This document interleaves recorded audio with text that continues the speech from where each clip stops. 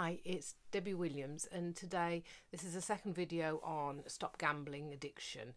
I'm an NLP trainer and hypnotherapist, and I also specialise in addictions. And one little phrase that, if you use it inside your mind, can help you to overcome any addiction, really. And pretty much that phrase is a way to procrastinate, because when we have urges, they're called urges for a reason. They're urgent calls to action. They're intense of, oh, I've got to go and do X.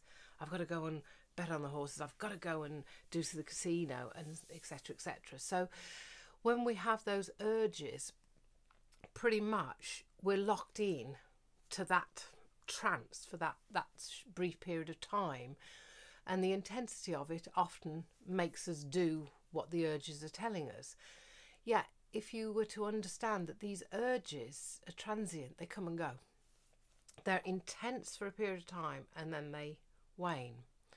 And one way that we can do to manage these urges is to procrastinate. So if we start, when we have the urges, instead of arguing, well, no, I shouldn't, but I want to, but I shouldn't, but I want to. It's this game of tennis that in the end, there's so much noise going in your head, it's easier to just go ahead and follow the urges to just shut the noise up. But if we have a little phrase that when the urges come, think, okay, not now, later. Where is this argument going? So, oh, you're not saying no. Saying not now, but later. Okay, later. It's like mañana, tomorrow never comes.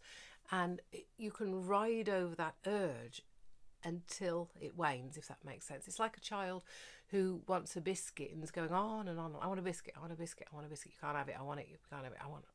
They'll drive you crazy. Whereas if you say, yeah, you can have it later, after you've eaten your dinner and you've eaten the vegetables, and the child is like, oh, I've got to earn the right to the biscuit.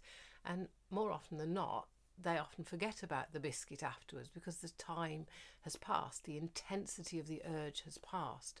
So perhaps carrying this round on a little bit of paper, you know, I'll have it later, or I'll do it later, then it's a way to interrupt the thought pattern, because it's almost like there's a button presses, this old jukebox plays this record of presenting to you a picture of, you know, how good it'll feel when you gamble, but it doesn't play the whole movie of how you're going to feel when you've lost that week's wages or that month's wages.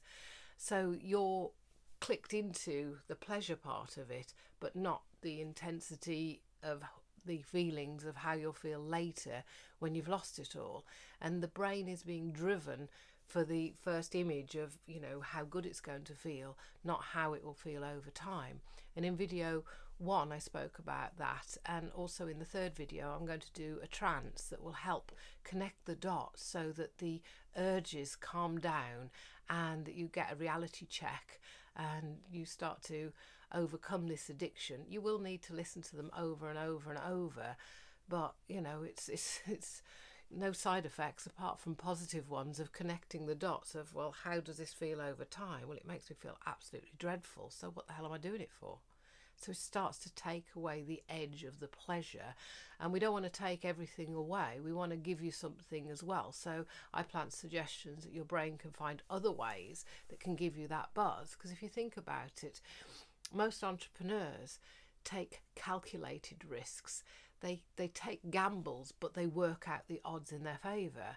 And a gambler doesn't necessarily work out the odds, really. They think they do, but actually it's all set up for the betting agencies or the casinos. It's all set up to know that actually they're the ones who are going to win, not you.